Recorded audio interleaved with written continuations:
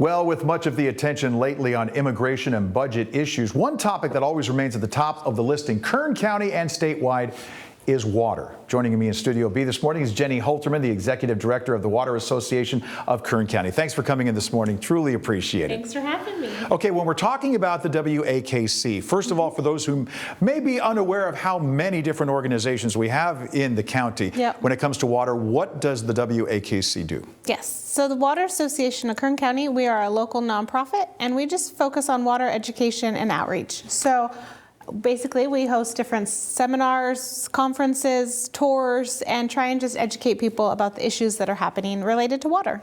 When it comes to conservation and the Kern County's abilities now with so many different recharge ponds and different water banking projects, where are we today compared to 25 years ago even? We have come a long way.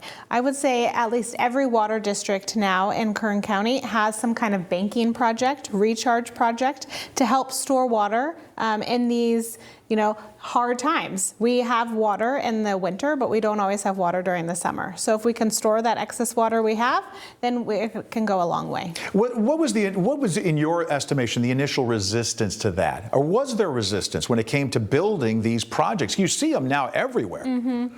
Well, just the cost associated with a lot of these and the regulation about building them, the red tape and all of those fees that go into making these projects happen. But really the help and the need that they fill is great.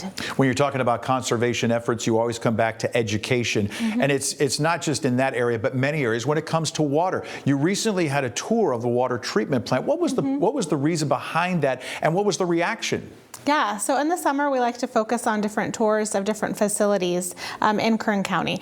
And doing the treatment plant was something that we don't always get to see, is the urban supply of water and how that water really gets to our tap and the availability of that. So it really was eye-opening to see the process that water comes from and where that water comes from to get to all of our houses.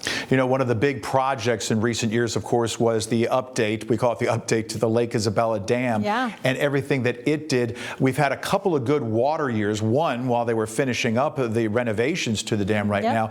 How do you see that now as we move forward and its ability now to hold, obviously from holding more water? Yeah, so the state is not really building new reservoirs or areas in a rapid fashion. So any way we can help our current ones and redo them to be able to store more is going to be the best way to go in the future. So by helping that dam to be able to store capacity, we hadn't been able to store capacity for a very long time. Really does help us for these drier summers to be able to use that water later on. And we have areas like the water bank that can actually store more water than they can at Lake Isabella.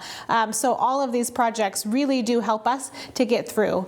The water bank, of course, many people may have seen on Enos Lane right there between Stockdale Highway down to I-5. Real quick, you talked about education and whatnot. You have another event coming up in the future?